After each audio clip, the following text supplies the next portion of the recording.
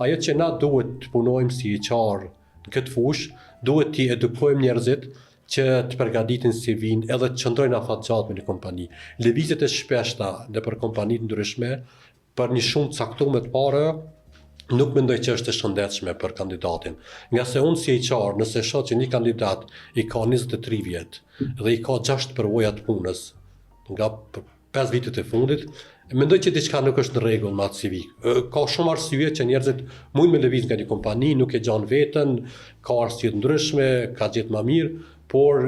CV-ja do të më qenë ndërtuar më aq mirë që njerëzit kanë besim te ti që ke arrit me një kompani me i bë 2+. Me CV-ja që i ka 2 vite plus me një vend pune, tregon që ai person ka qenë i përshtatshëm për atë kompani, i besueshëm edhe i përkushtuar. Prandaj